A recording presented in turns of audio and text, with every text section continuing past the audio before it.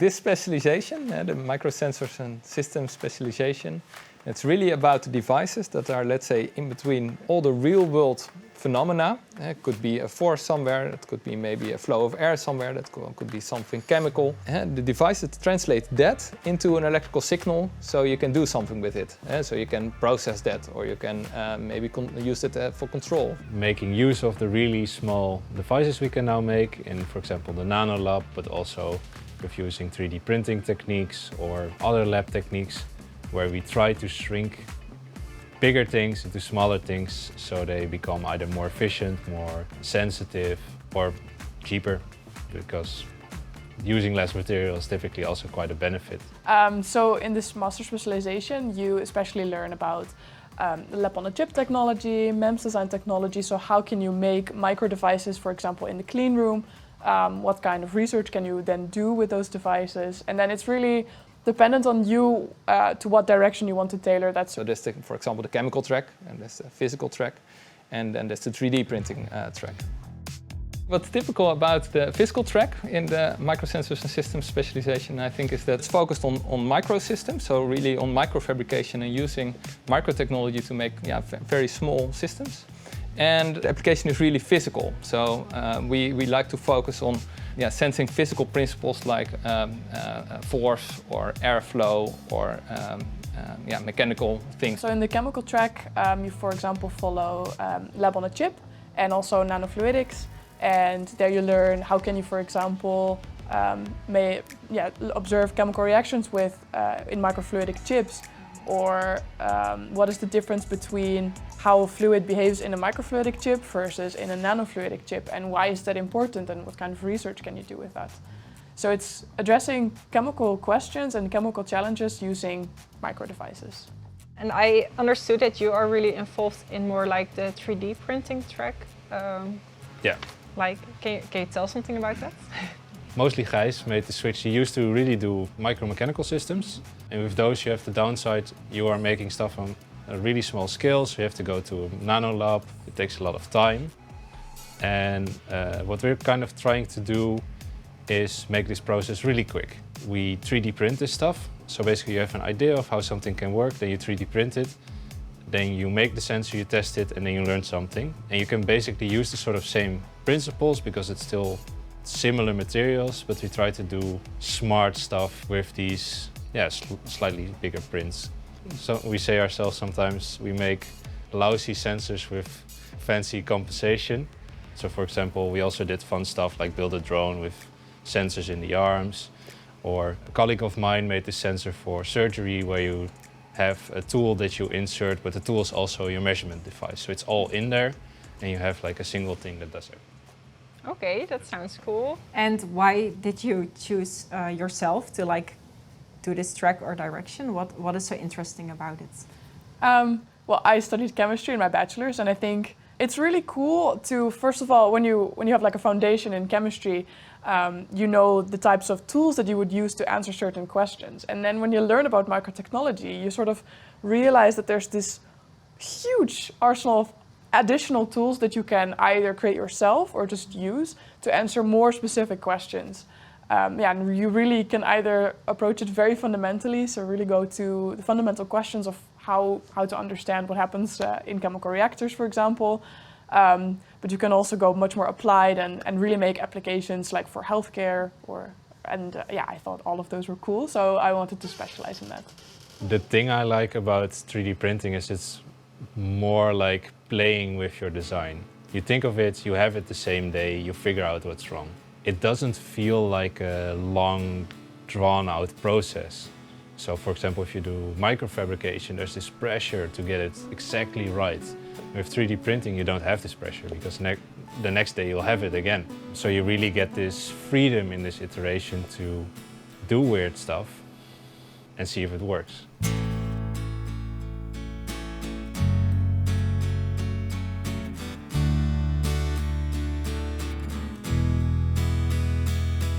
So our research in our education, our research are really related to each other. And I think in research, I've been working on a couple of devices. Some examples are small force sensors. So, for example, force sensors that can sense the force at the tip of your finger. And then not in one direction, but in all directions, so in six directions, or 3 directions and 3 rotations. It can be really fundamental research questions, like how do ions move through something, or how does fluid move?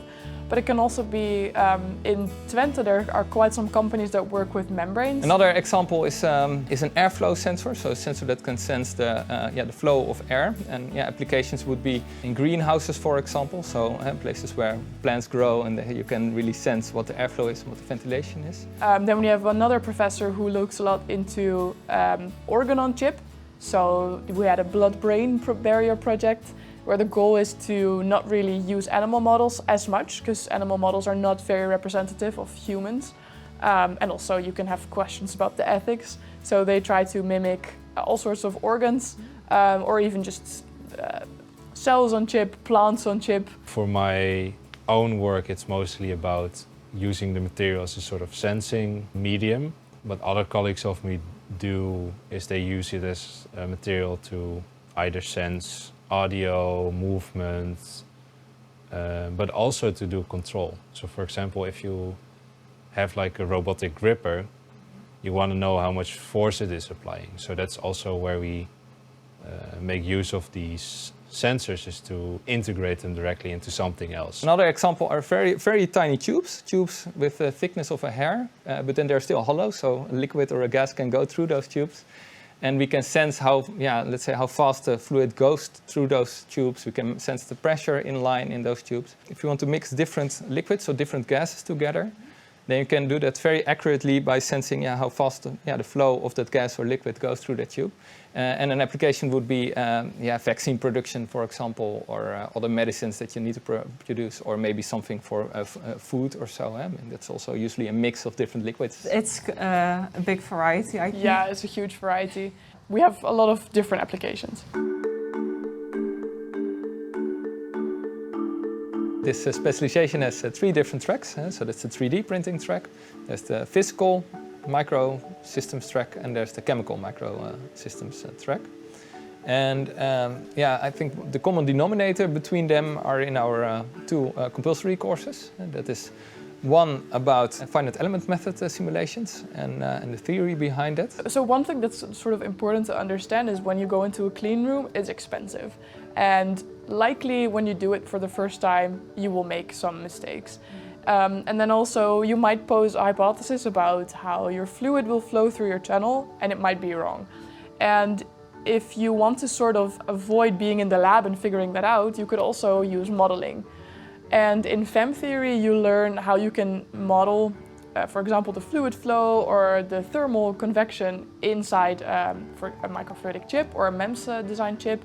You learn this using Compulsory, so that's a standard program, software that's used for solving these kinds of problems. And then the teacher helps you, like, how can you make your simulation run faster? What is a good way to approach the problem? Is it really a problem, or is it something you can actually figure out by just thinking? And so it's really a course where you learn modeling using software. I think many electrical engineers are used to lumped element simulations, using SPICE, for example. And the systems that we are making are sometimes a little bit more, or usually more complex. Multiple domains are involved, multiple physical domains or chemical domains. And that means that we need to go to more complex simulations in which we can also simulate those physics or chemistry. For me, that was extremely insightful, because I think you learn about certain, for example, formulas, but they never quite hit it. And then as soon as you see it happening on the screen, it's like, oh, that's how pressure is distributed. I get it now. And there's the microelectromechanical systems design, or MEMS design course. That was also just a fantastic course. Things like accelerometers, so when you turn your phone, it knows gyroscopes, but also stuff like really small microphones, and this sort of stuff. And that is really about how you can make a microsystem, how to design such a microsystem, and know the theory behind, let's say, the mechanics and the electronics to make such a system. The nice thing about that course, I think, is that there's also a project in there. And in that project, you are going to design your own microelectromechanical system. After you have designed that, then we will make that in the nano lab here. So in the clean room, we will actually make the chip that you have designed. After that, you get that chip, and you can go in a lab such as this to measure if your chip works or not. And I think that's a quite unique course. And that was really challenging but super fun, and the teachers were great, and I learned a lot from that course. What are really cool stuff that you have seen come out of the lab? People have made many things. So that from small force sensors to flow sensor, but also there was once a group that made a small pinball machine. So really like the game, with a small ball, and so you can make cool stuff like walking robots. People build a full working clock during the course. Oh, cool. So yeah, if you get it right, it's going to be a really fun course. And you're given a lot of freedom. The teachers have crazy but super cool ideas. So that was really great fun. And I think what we did ultimately did not work or was not better than the state of the art, but it was super insightful for me to do that course and go through that project.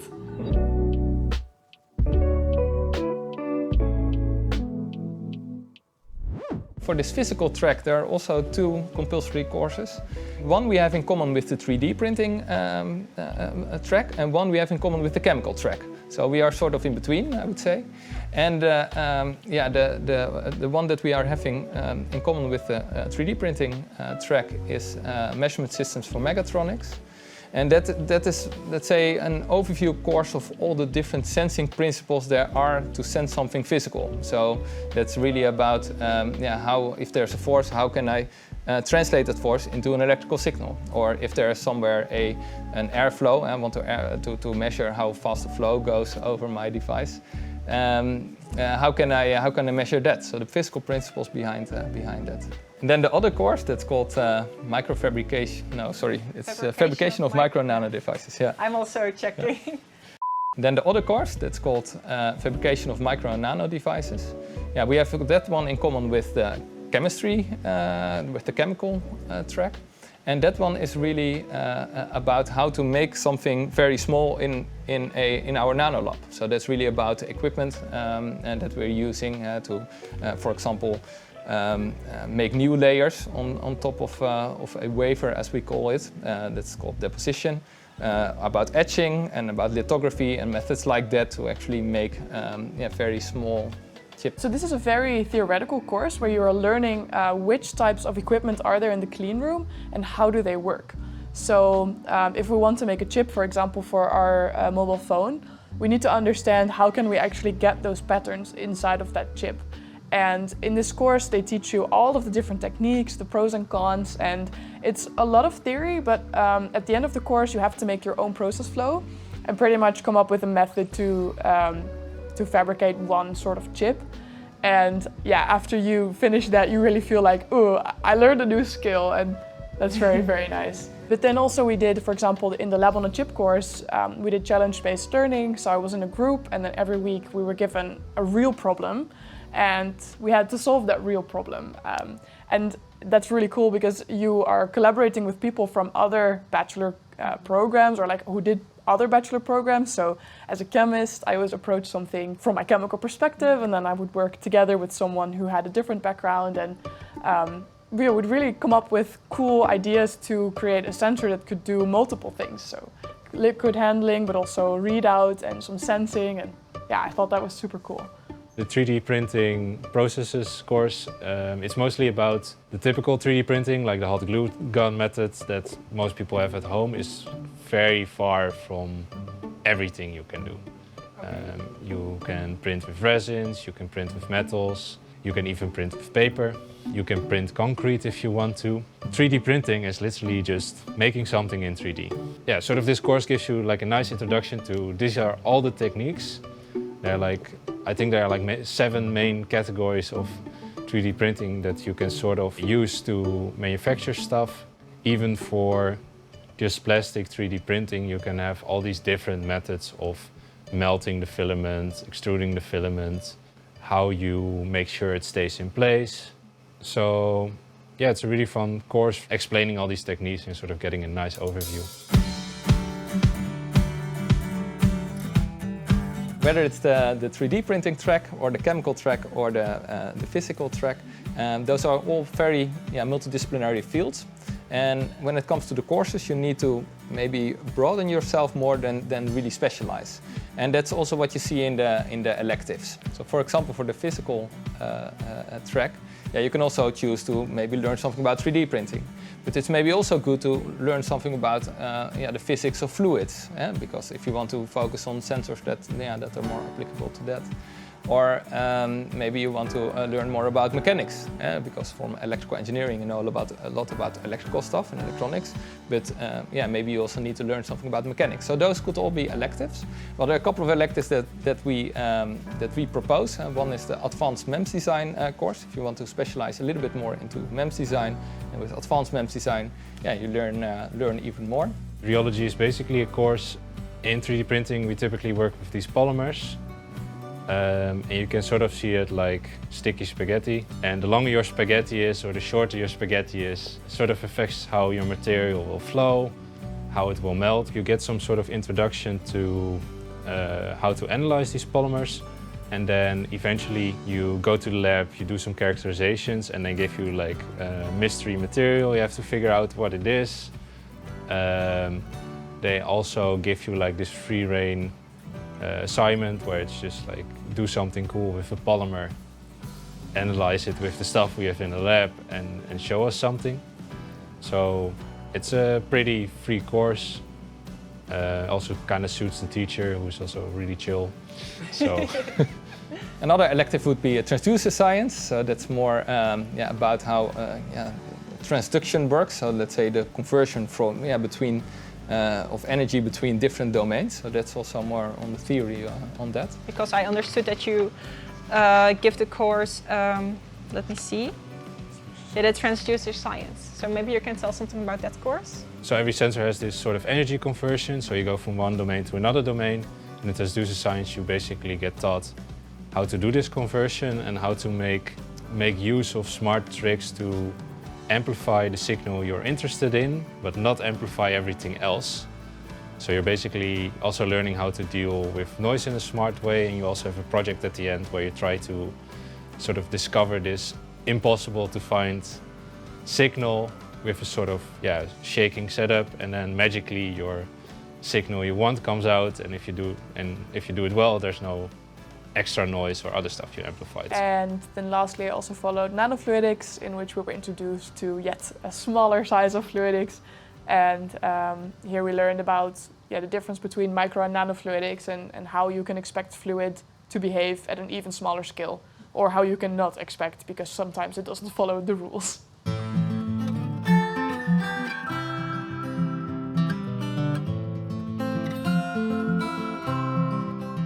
At the end of the master specialization, there's an internship. I chose to do something more focused towards my elective, which was machine learning, because that was fun to me.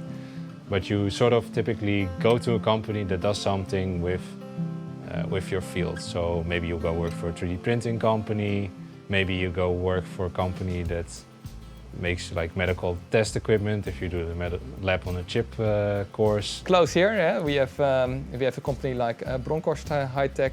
They are working on chip-based flow sensors. Yeah, that's very, let's say, relevant on what you learn here to apply that there in actual products. Abroad, there are many places. One example would be a research institute in Finland that we have good contact. Or in Ireland, there's also a research institute.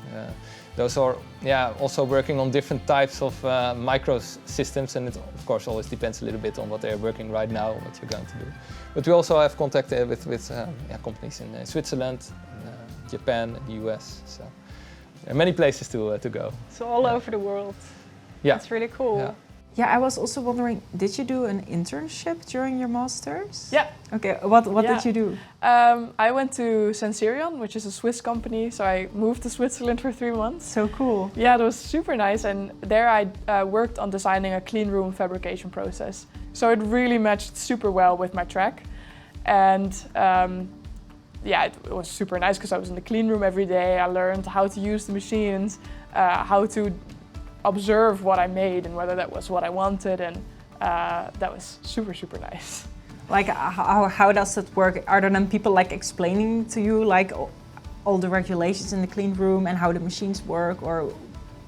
Yeah. Yes, all of that. So I had people. So I arrived there under the impression that I would just be doing theoretical work because clean rooms are expensive and you can break stuff and you're a student, so you are still a novice. And then I came there, and the first day they said, so today you have this training, tomorrow you have this training, and I pretty much got straight into the clean room and started working on learning how to be there, how to work with the machines. So the idea was to do a sort of a clean room transfer process, so they wanted to have a structure that they could already make in another clean room in a new clean room. And they had different tools, so it was not possible to just reproduce it one-to-one. So the question was, yeah, come up with a process flow in order to make us able to make this. And so I designed 3 process flows and did testing of, okay, does this work? How does it work? Will it do exactly what you want? So that was very, very cool. And then because of the results of my internship, they ultimately decided, okay, we think it's going to work, so we're going to continue with the process. After the internship, I think you're doing your thesis. How does that work? Yeah. So the master thesis is really the final thing that you do in the specialization, of course. I think what is very nice in our field is that the time that you need for your master thesis is approximately the same time to do a full cycle of making your own microsystem. So that means that you can start with brainstorming together on what should we make, what's a novel type of sensor, for example. After that, you're going to do the calculations, simulations, and so on. Usually that's a period that takes maybe 2 months or so.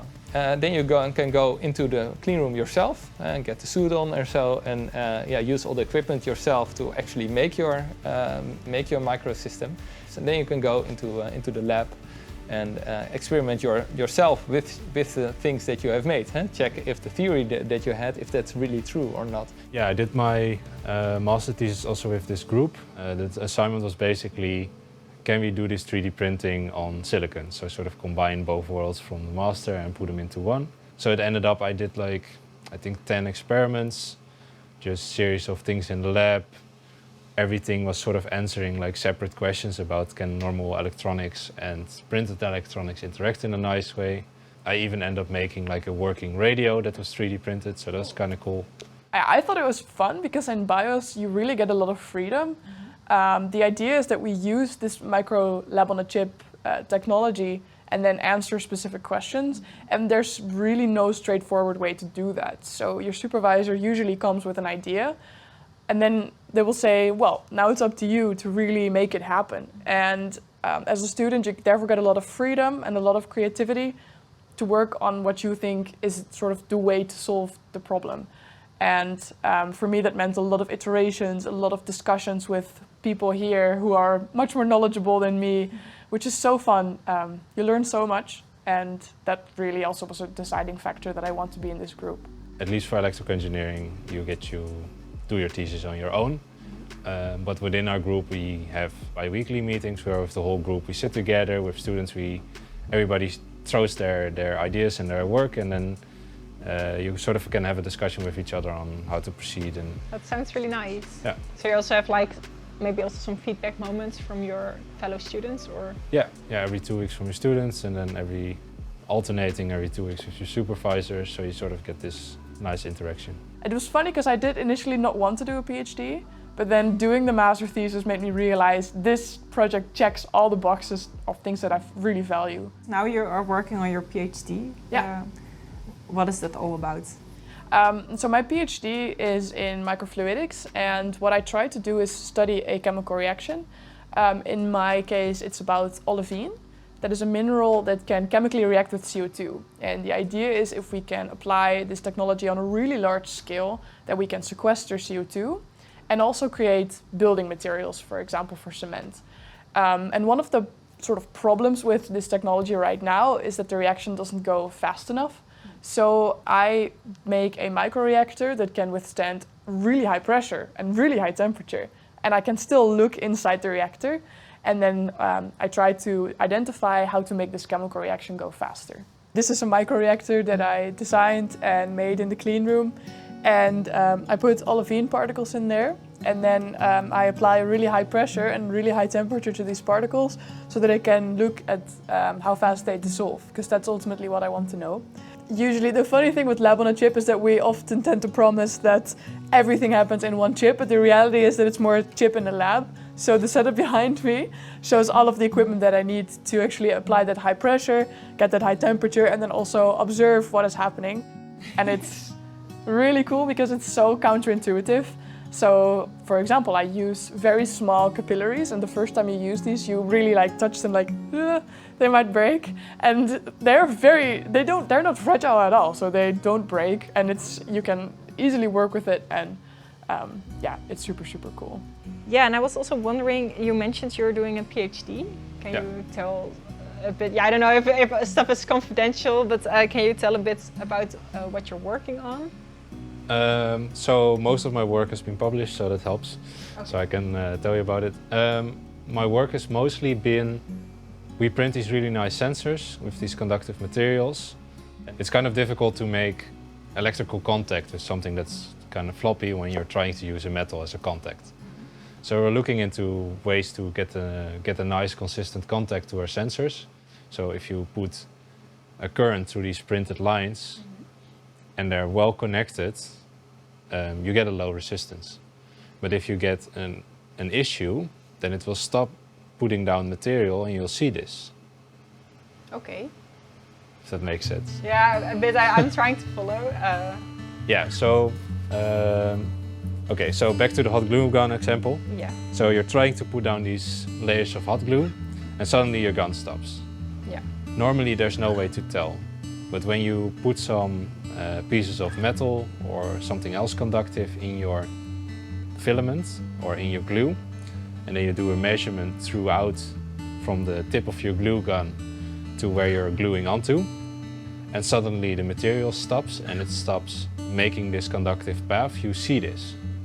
And that was basically the concept where my PhD started, is let's do these measurements and see if we can predict how the print is failing. And of course the dream is that the printer will correct itself. I think we have a really nice research group. For example, I'm in an office with people that do or that have backgrounds in physics, in electrical engineering, in biomedical engineering, and you see that every person has their own unique sort of specialty of knowledge that they have. So one of my coworkers is really good with microscopy, and if I have a question about anything optical, he will help me. I think the job opportunities are very high. I think that's common for all the electrical engineering specializations, I should say. What is nice is that you can find a very typical electrical engineering job after this track, but also something that's a little bit broader than that. So if it's a little bit more different engineering job, for example, maybe something more about mechatronics or so, then you can you're also, I think, very valuable in a company like that. You can, of course, go to a company. That's possible. You can also go to a research institute. That's also possible. You can basically go everywhere, if that makes sense, because you sort of get taught the sensor way, so you can sort of go into the MEMS side of things, but also you become really good at thinking about fabrication, so in terms of how to make something that works. So it's also a bit of product design, I guess, and you also get really good at CAD and that sort of stuff. For example, in this region we have Micronet. We also have a lot of companies that are not necessarily directly lab on a chip, but my former employer, Q-Micro, also does microfluidic technology. There's Demcon, which is very large. They also use these types of technology. Honestly, it's cool because in Enschede we have the Kennispark. And there are so many startup companies there, but also already established companies. The specialization is quite hands-on, so there's a lot of practical work involved. And yeah, that's quite typical, I would say, about the work that we do. So it's, of course, we use a lot of physics, a lot of theory, and the academic component is high. Yeah, but in the end, everything that we do need to experiment with that. And many things that we need to do, we cannot order it, or we cannot just buy it. We have to make it ourselves. I think for me the most magical thing is that we can just make things that are like an atom thick, and just consistently. So you have one atom thick for like a full wafer, which is like, I don't know, 100 to 300 millimeters, and it's just an atom thick all across it. That's how far we are. Yeah, I can.